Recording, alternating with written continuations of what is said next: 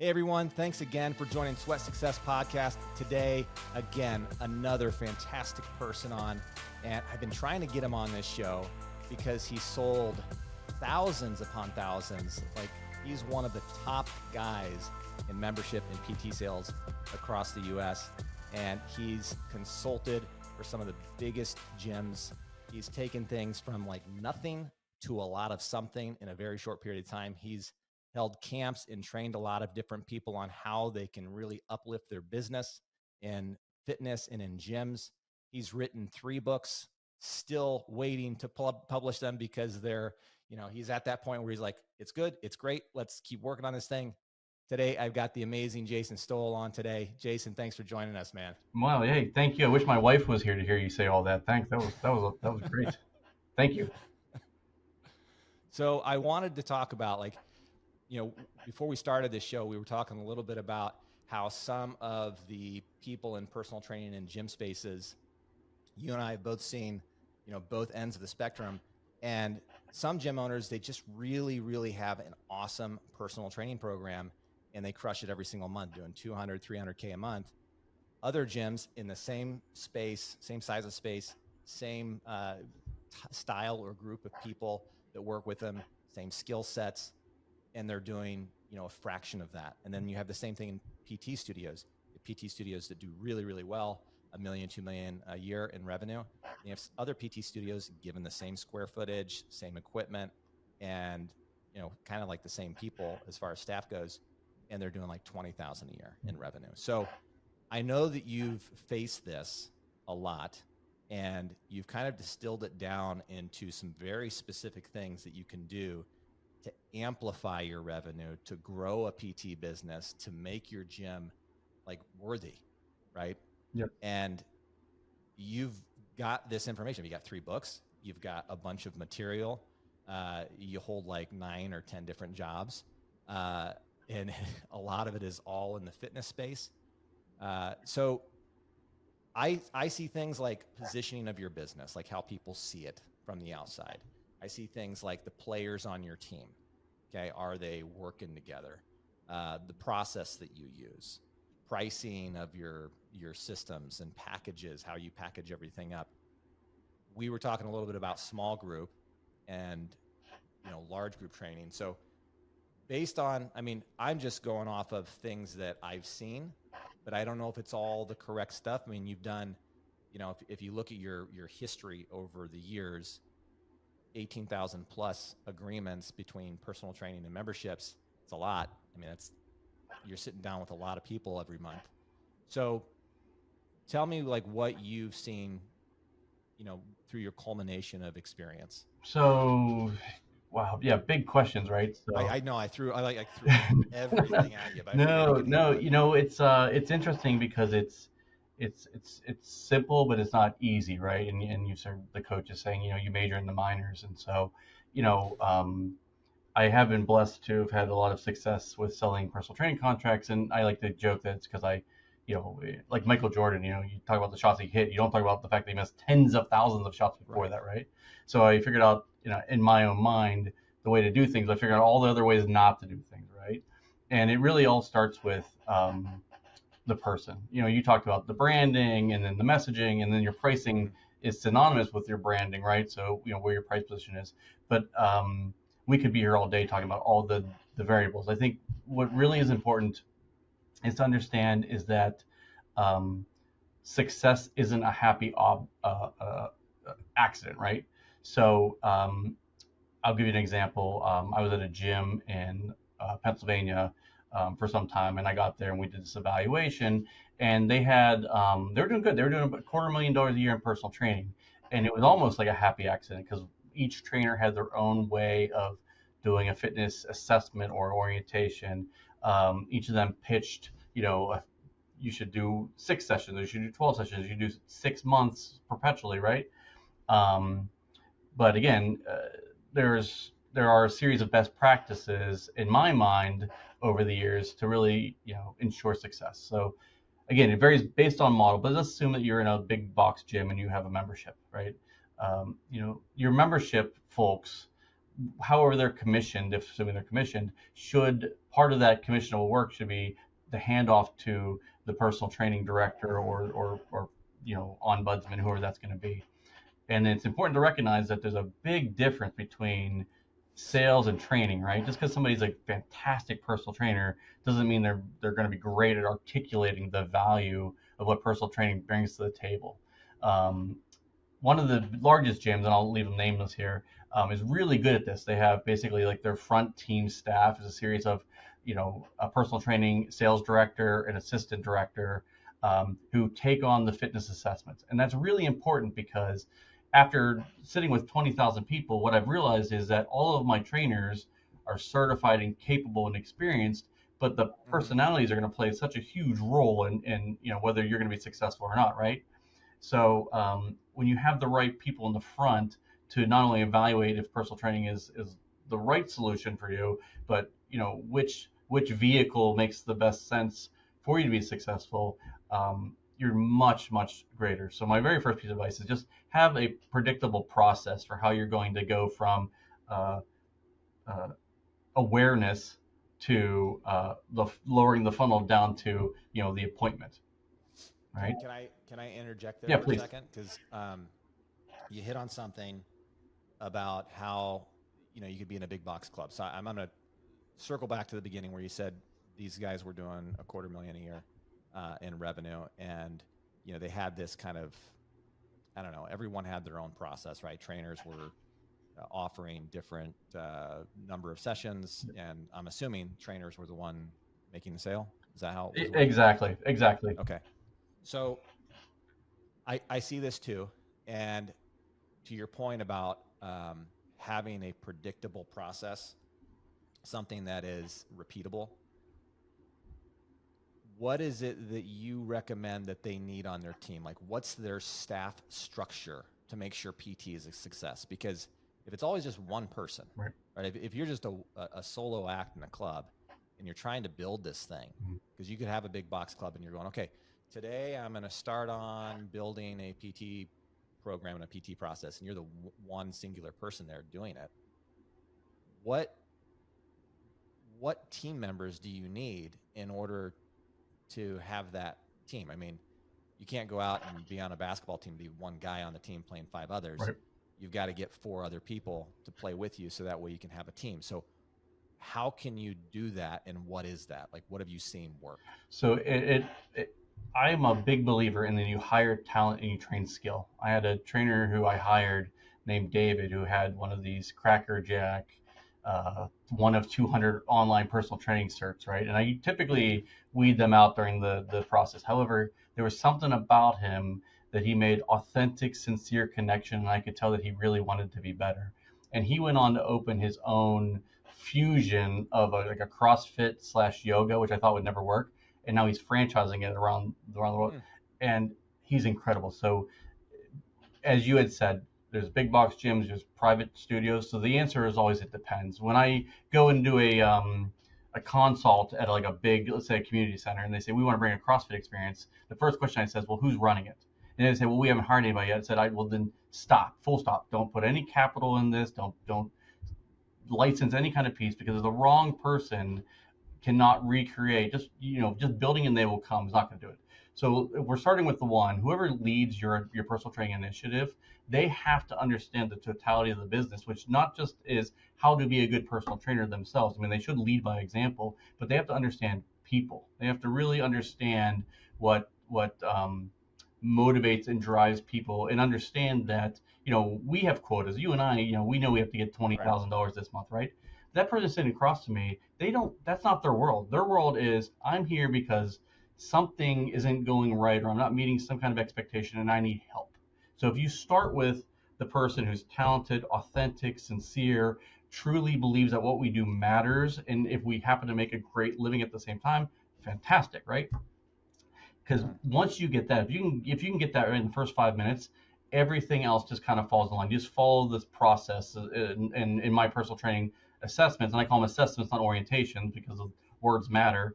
It's listen, consult, coach, and then ask. And I was proud, we took that location from $250,000 to $1 million within 3 years. And it really was with the exact same people. We were just able to scale up because the conversations we had were so much better.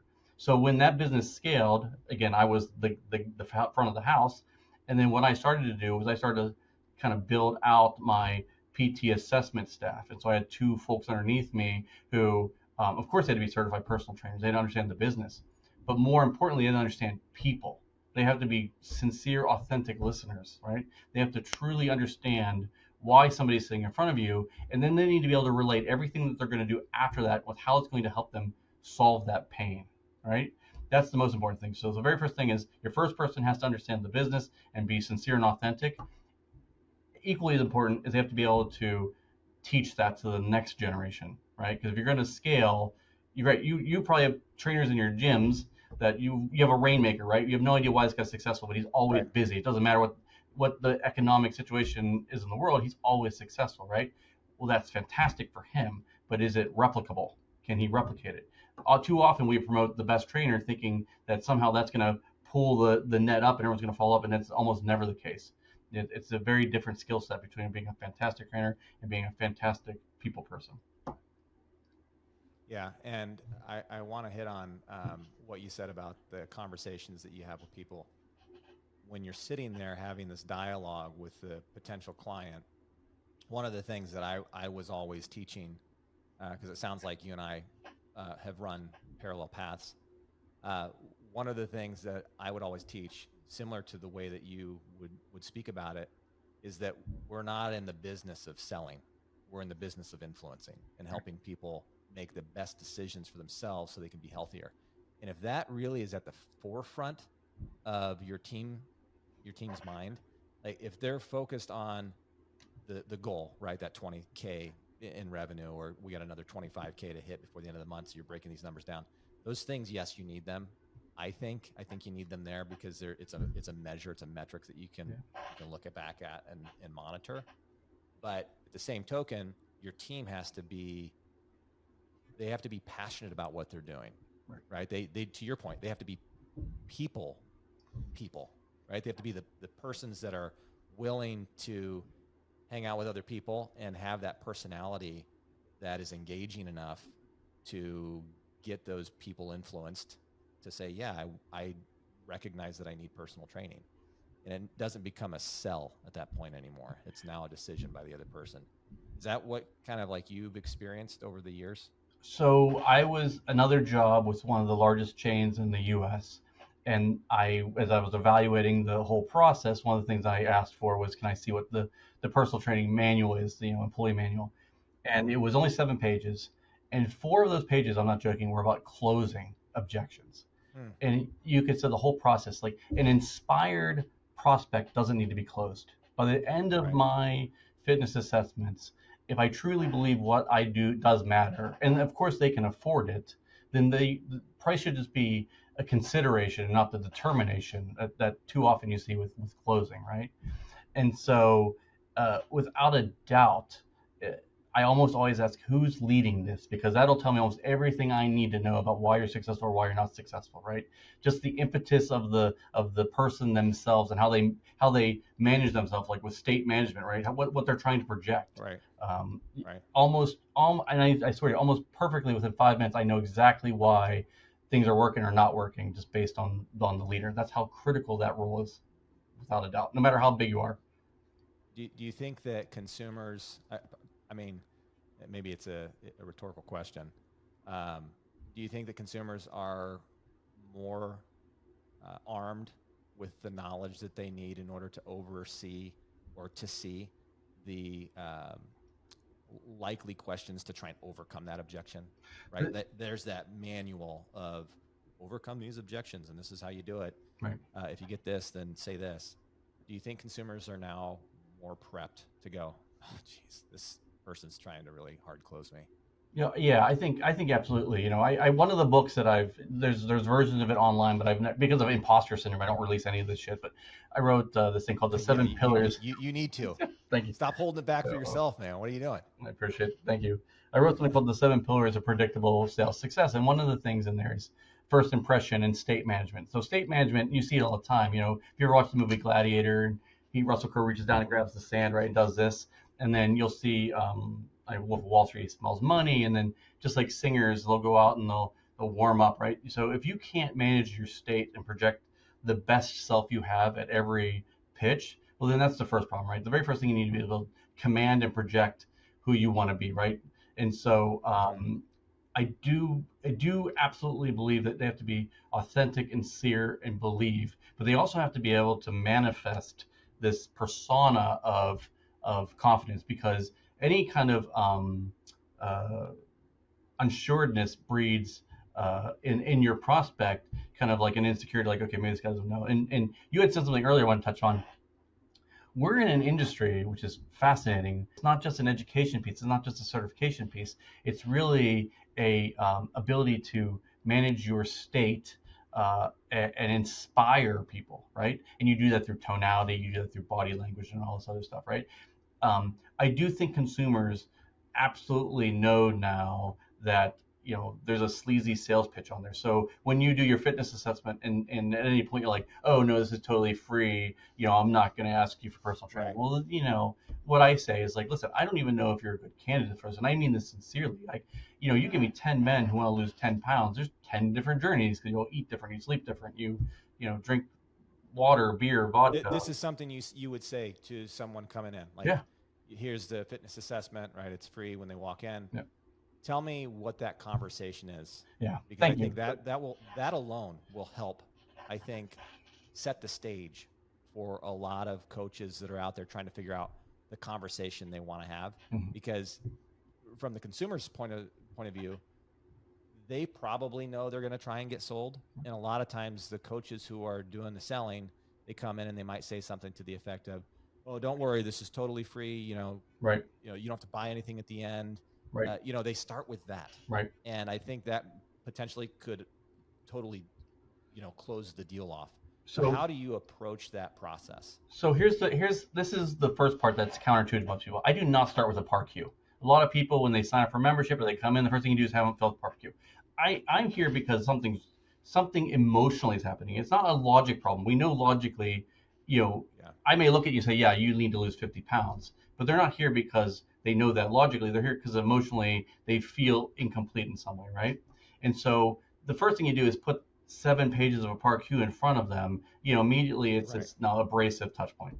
So the very first thing to do, if I have 1 hour with somebody in a fitness assessment, and again, I'm very sincere, and somebody asks me, I'm like, listen, I know nothing about you. They'll be like, hey, I want this 1 hour. Can you give me a workout at the end of this? Hell no. I know literally nothing about you in 1 hour. It's going to take me some time to do this. I'm not even sure this is going to be in your best interest. It might be better for you to, drink a lot of water, get some sleep, and walk outside for now. But I do have a vested, obviously, interest in them joining, right? So the very first thing, in the first 15 minutes of your assessment, it's got to be sincere, authentic listening. I mean, you embody, this kind of a therapist, right? You're leaning back, you're making mannered eye contact. You're not asking like questions outside of like, why are we here today? Like, what has inspired you today to make this change? Why not a week ago? Why do you feel like you can be successful now? Why do you feel you have to lose 50 pounds? Again, I might look at you and know why you need to lose 50 pounds, but you need to be able to speak it into existence, right? You need to be able to populate this. And then once you go through that sincere, authentic listening, because let's be clear, we've never been more connected as a society, but less engaged ever. I think my Facebook, I have like 6,000 people, of which I think I know like on any kind of level 50. Two people. Yeah, right? Maybe 50 I've had a conversation with, right? So we're so connected. So sincere, authentic relationships are so rare nowadays that when somebody sincerely sits across for 15 minutes and says, how can I help you? Like, tell me how I can help. I don't know that I can help you, but I'm all ears. Let's talk about this. That is the most powerful thing you do, because you've created this hopefully sincere bond with them where they feel like they can talk to you. And that disarms the whole, there's going to be a sales pitch at the end. It disarms this sales guy, slick back, selfish guy who literally just wants to get his commission. When you can create that, everything else just kind of falls into place, because they can start to believe you. And again, when we talk about going into that second component, which is when I go from listening to consulting, again, I start to embody like a coach. I start talking faster, I start talking louder, I become more animated with my hands, because I'm trying to get them to absorb that I understand now from our conversation what you need uniquely. Thank gosh we got together today because I've dealt with this 1,000 times and I know exactly what we're going to do. Let me tell you some stories about John who had the very similar thing, right? And that's Mm-hmm. another important note. uh, Everyone talks about social proof. Social proof only works when it looks like the person absorbing it, right? So if I put, Right. you come into my gym and all I got is athletes, and this mom comes in and wants to lose 15 pounds, she's intimidated. That social proof isn't helping you. That's hurting you, right? So I always keep a catalog of stories for people in very different walks of life, different stages of fitness journey, so that I can pull upon them to say, you know what, I just finished with, John Doe had a very similar, issue with, back pain. And here's what we did, right? And so again, I'm going to go back. I know I tend to be pedantic. I apologize, but again, it goes back to, that first 15 minutes. Just listen and authentically care. And to be very clear, if you don't, you're in the wrong business, man. There's plenty of Mm-hmm. sales Yeah. places you can go where closing is the skill that matters the most. Health, wellness, fitness is not the place where somebody looking to simply close to make $1 million is a good person. There's plenty of other ways to make $1 million. You can make a lot of money in fitness, but you should only do it when it's morally, uh, correct. Yeah. Totally agree with that. And I'm listening to you talk, and for those listening to the show right now, what I'm gathering here, okay, from Jason is because I'm playing in my own mind, man, like the same scenarios that I've been through and how I have the dialogue and the conversation and the same coaching that I've given to others. And it's not that you probably have this, book of all the information of all the stories that you've written down. Like, sure, maybe there's some stories because there was, some testimonial somewhere or a conversation that happened, and or somebody wrote you a note, or it's done through their body composition and the metrics that you were keeping on those clients. But it's probably not that with intention you walk into this meeting with this client knowing that it's the mom that wants to lose 15 pounds. You're going through your filing cabinet trying to find the other moms that wanted to lose 15 pounds. So these are the stories I'm going to bring up today. But you naturally have real conversation because it's just real dialogue. Am I like overstepping here? I mean, am I saying this correctly? You're nailing it perfectly, and you can tell we have very similar experiences as our careers advanced. And I want to make sure everyone understands and doesn't get me wrong. Mm-hmm. One of the if you Google my name, I wrote an article called 100 Closing Techniques. Like, so don't get me wrong. Like, there is a process here. Is This is a needed. Yeah, business. without a doubt. Right. Yeah. Yeah. Yeah. And I have plenty of tools. So when you tell me that you need to speak to your husband or your wife at home or your spouse, how to work through that, because generally it's a mask for something else, obviously. Right. Um, but yeah, you're right. You got to start with that, like, I give a shit, and then Mm-hmm. that's where that talent, higher talent trained skill. Once I have the talent, and I know that they're coachable and they can manage their state, well, I'm going to turn that person into a six-figure trainer overnight. Um, so yeah, yes, you nailed it.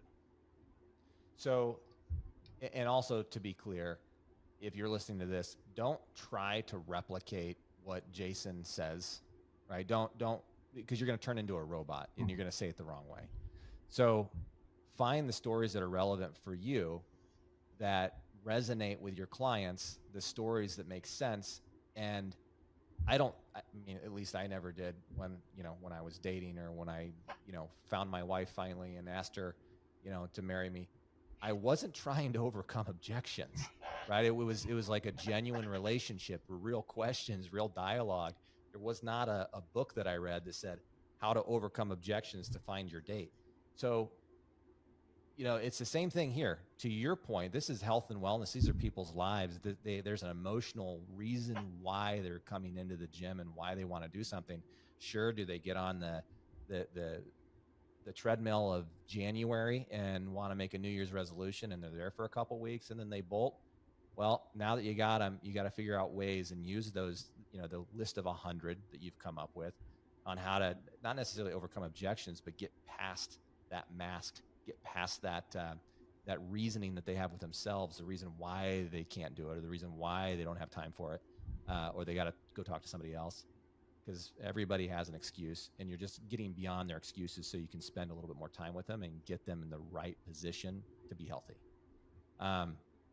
So I wanted to say that because I think that's what you're hitting on, and that kind of goes on the site of the players and the team members and how you coach your team to have the right process. So speaking of process, okay, and quality and consistency, how do you scale that now? Okay, because not every coach has the ability to do what you just, so eloquently did. How do you get to a point where you can repeat this process over and over, and you have a system? Boom, here it is.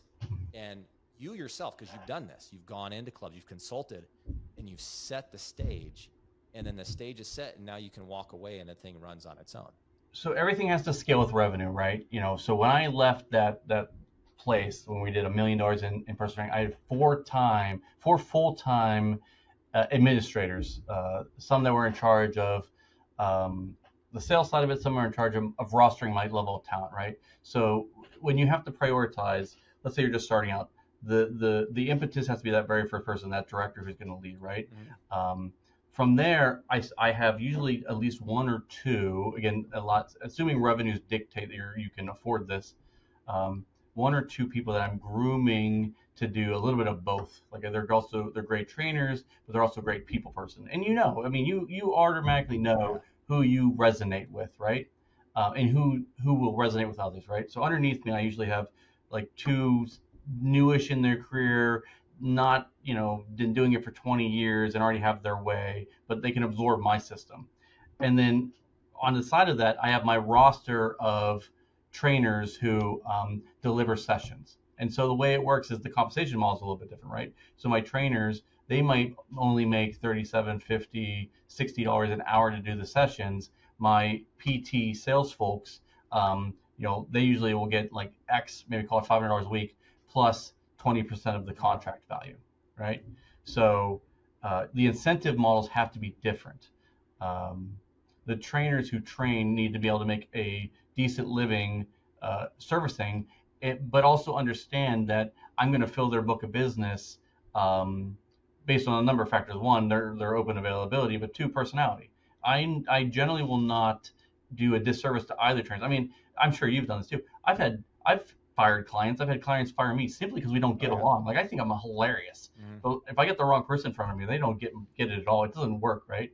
So myself or the sales side of my trainers, I have them, not just evaluating whether this is a great use of personal training is a great solution for you, but who on the roster of my trainers that I have would be the best fit for you. And that's another thing when I'm hiring trainers. So at that location specifically, we had 32 different trainers. Well, I don't need 19, 20-year-old white guys, right? I'm hiring a roster of characters that it's like Survivor. Survivor doesn't have to like hire actors. They literally have, I need 16 people. One of them is this crazy old lady. One of them's going to be this. One of them going to be that, right? Because there's enough real people out there that fit the personas. So same thing with the person. When you're building your bench, when I'm looking for hiring, I'm not just looking for credentials. I'm looking for like, what do they bring me uniquely, right? Because a personal trainer's income scale goes like this, right? You got your generalists, your specialists, your experts, and your celebrities. So when I'm working with my trainers for them to kind of build their income, I say, okay, who can you train? And if they tell me I can train anybody, I know they're either new in their career or they don't really understand what they're trying to do. When you can get to specialists or like signature sessions where like, listen, I've got 19 different degrees, but I specialize in throwing mechanics and performance. Well, fantastic. Because now I'm going to start marketing to your unique things, right? And then the experts are the ones that talk and have podcasts, and the celebrities, like Arnold Schwarzenegger, Sylvester Stallone. So when you're hiring, you drew a nice. Good. Go ahead. No. I told you I'm pedantic. I apologize. Again, so I have it's me, usually two salespeople who make a percentage of the contracts and then help me farm and match to my roster of character trainers who, again, are highly certified, but also offer unique solutions that could align with people's needs. So I like the parallel that you drew on, you said generalist, specialist. So you kind of draw a parallel in the medical field, right? You kind of, and I see it this way too. And I don't know, this is why you drew that crossover, that analogy. For me, clients come in and they want to work with a coach or a trainer, and that coach or trainer is the person that's going to prescribe to them the right treatment plan for exercise and fitness. And it's kind of the same in medicine. The physician's going to prescribe for that style of treatment for whatever it is they need. And I think coaches are in this kind of in the same world. You have a lot of physicians out there that are really great, and you have some that aren't so great. And you might find a physician at some point in your life, and you just don't get along with the physician. You don't like the way they talk with you. You don't like the dialogue that you have. You don't like the way that they treat, and you're done with them, and you go find a different physician. So I think there's a parallel there. And if coaches are honed in on the reality that people in general are looking for a solution, they're looking for a person that can guide them, then they're going to be more successful. Also, I wanted to touch on this. You talked about pricing and the rates that the trainers should garner. Okay, so you're doing $1 million in revenue. I'm assuming part of that $1 million in revenue was because pricing was adjusted, maybe compensation or commissions were adjusted for the people on the team, which allowed this growth opportunity. And maybe even the variation in how you structured the packages, right? So to your point earlier, at the very beginning of this conversation, you said that there were trainers that were, selling 6 sessions. Here we go, a 6-session package. And then that's the end of it. So how did you take that and scale it up? And what would you recommend for this incentive plan for both the coaches and the front desk staff, or the people that are kind of like booking these sessions? Where do you draw the line? What's too much? Like, what do you reserve for percentage? Right. And then what's the dollar value that you should be expecting that you would? There's so much there. And so, there's about 4 things I want to touch on there. High level. Yeah. So I do want to go back for 1 second to, you said something that was really good, and I have a good example for that. Doctors who get sued for malpractice. There's a study out there that shows that doctors do not get sued for malpractice when something goes wrong. They get sued for malpractice when something goes wrong and they feel like you didn't listen to them. If you literally were just, whatever, it just happens. That's when you get sued, right? And that shows that sincerity, that authenticity, right? So it's a great segue to that. So with packages, I am a big believer that people need to be paid more. Nobody's paid enough. And I just saw a statistic yesterday that 50% of all families making over 6 figures are still living paycheck to paycheck, right? So I try to do a 50-50 split or a 60-40 split based on, again, that's specialists. I'm a big believer. 60, we're 60 going to the trainer? Correct. Or 60, okay. Yeah, and literally because I want happy, fulfilled employees who aren't looking to go other places.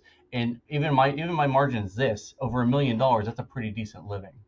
One of the things I was going to say, I'm sorry about that. One of the things I was going to say in regards to that is that when you get to the ask, right? So let's just say everything went well. You did the listen, you did the coaching, you did the consulting. They're bought in. They want to work on this, right? I almost always, if I think you're appropriate personal training, I recommend 12 weeks of training, which is either 12 sessions or 24 sessions. And I almost always start there. Now, if you're somebody who is really committed, I'll go to 48 sessions, which is equivalent of 6 months of training. And here's why. And you already know the answer to this is that, after one session, what are we accomplished? After 4 weeks, again, you're going to start to feel the difference. It's after 8 weeks that everyone else is going to start seeing the difference, right? And at 12 weeks, you feel like you're a hero. And if you've done a great job, your clients may achieve the initial goal, but now they just want to stay with you, right? Because they enjoy the journey, right? So I almost always start with 12 or 24 session minimum packages.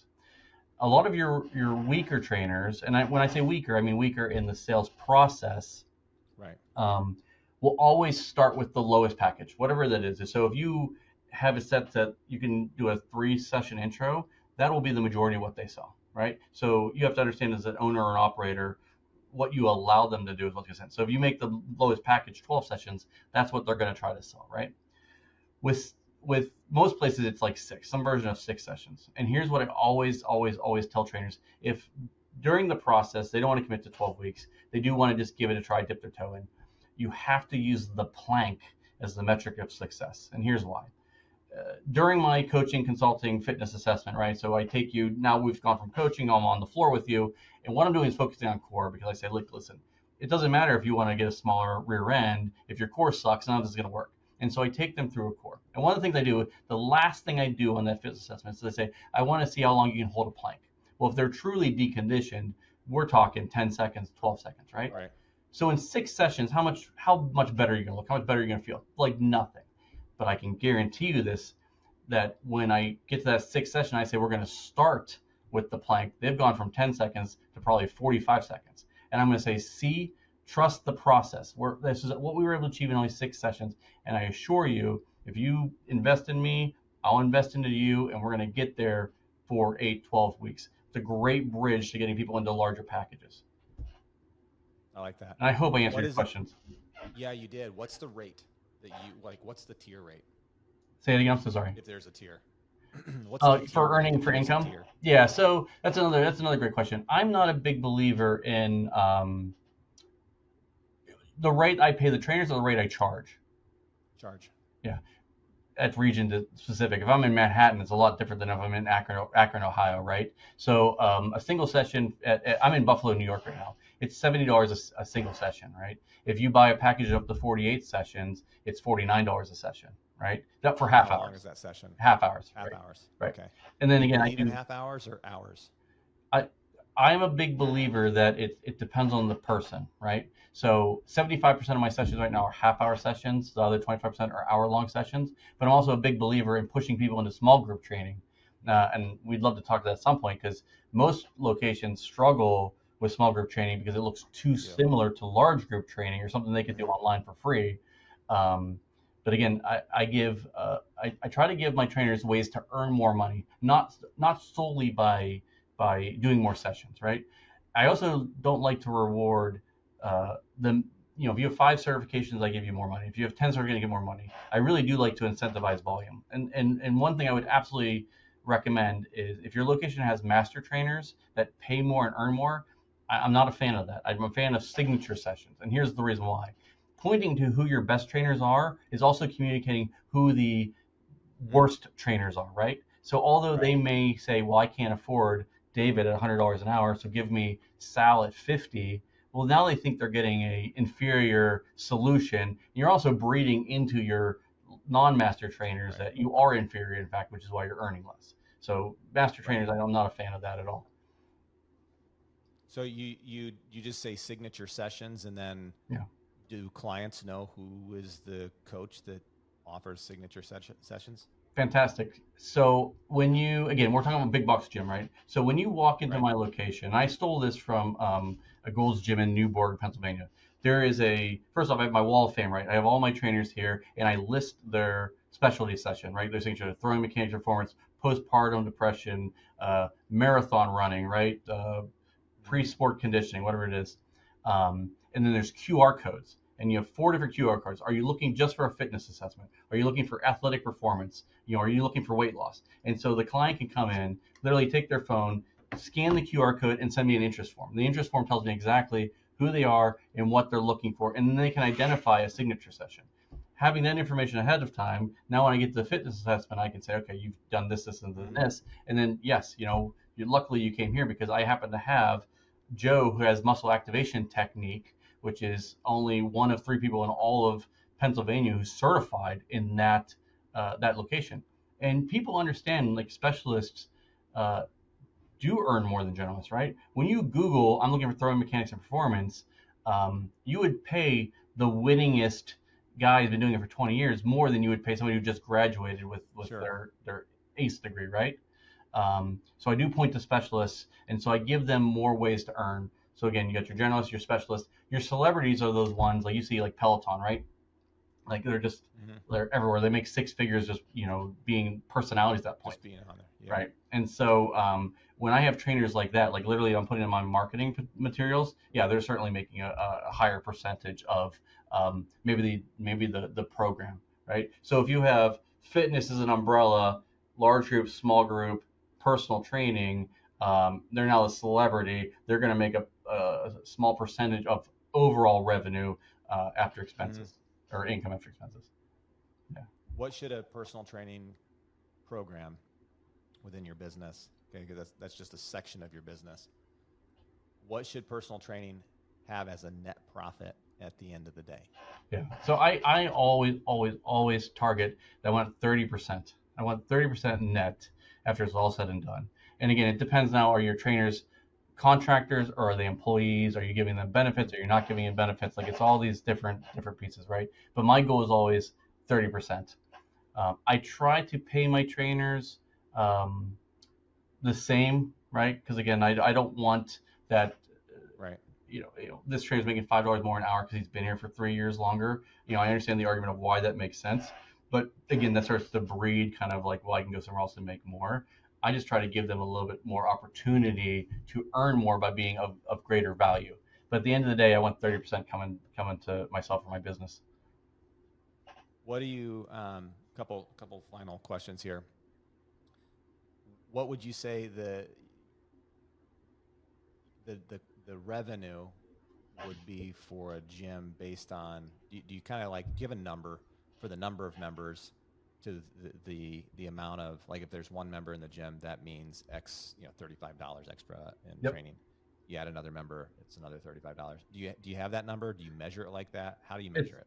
Yep. So I'm a huge KPI statistic person. Now it's a little bit fuzzier after the pandemic because we're, although memberships might be where it's back, we've lost, I forget what the number is, like 10 million visitors still haven't returned. Right? We're still not where we were.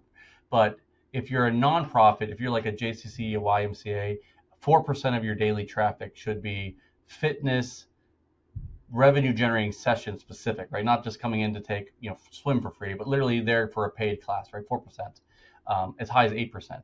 For a commercial gym, like a big box gym, it should be anywhere from 12% to 18% is what you want. So again, if you have 100 people who are coming into your gym today, you want 12 to 18 of them there for personal training. Anything less than that, then you're not meeting the standard expectation, which usually means there's something there missing. Now, if you're outperforming that, again, I can probably tell you why. You probably got great people that literally love what they do. That's almost always the difference.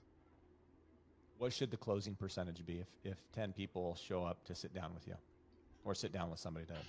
So the last time I saw a statistic, it was really low. It was like 20%, right? 20%. We closed much higher than that, like 35, 40, 45%, because I'm at the point in my career, I'm lucky enough that we've got application out the wazoo. So I'm able to like really look at the talent and get the right people. Mm-hmm. Again, you shouldn't be closing anybody, right? You should be inspiring. So the question is, reframed is, my goal is I'm a big box gym.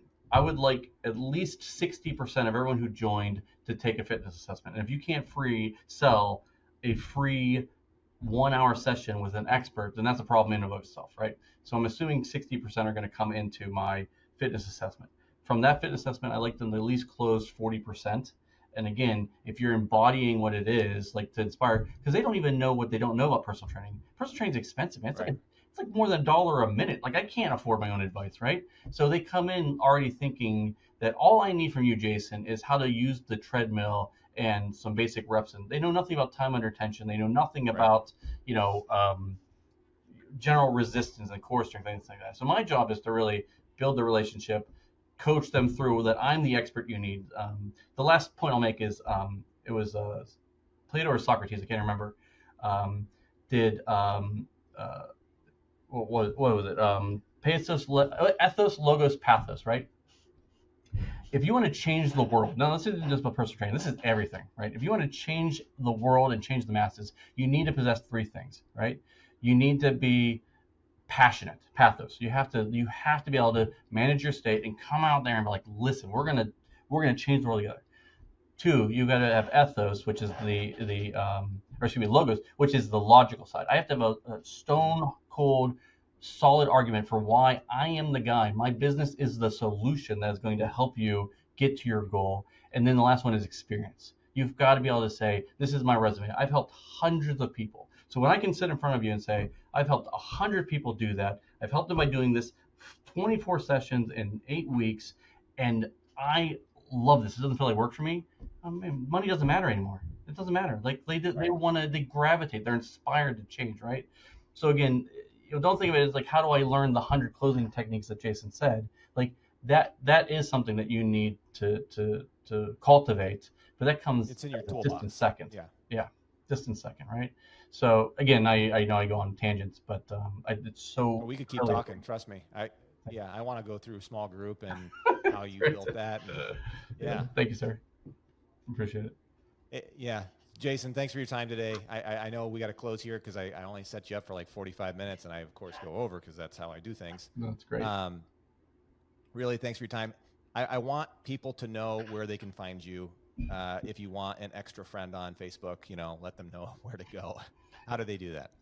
You can find me, Jason Stowell, on LinkedIn, or you can always email me at jason@fitnessbusinesspodcast.com. Awesome.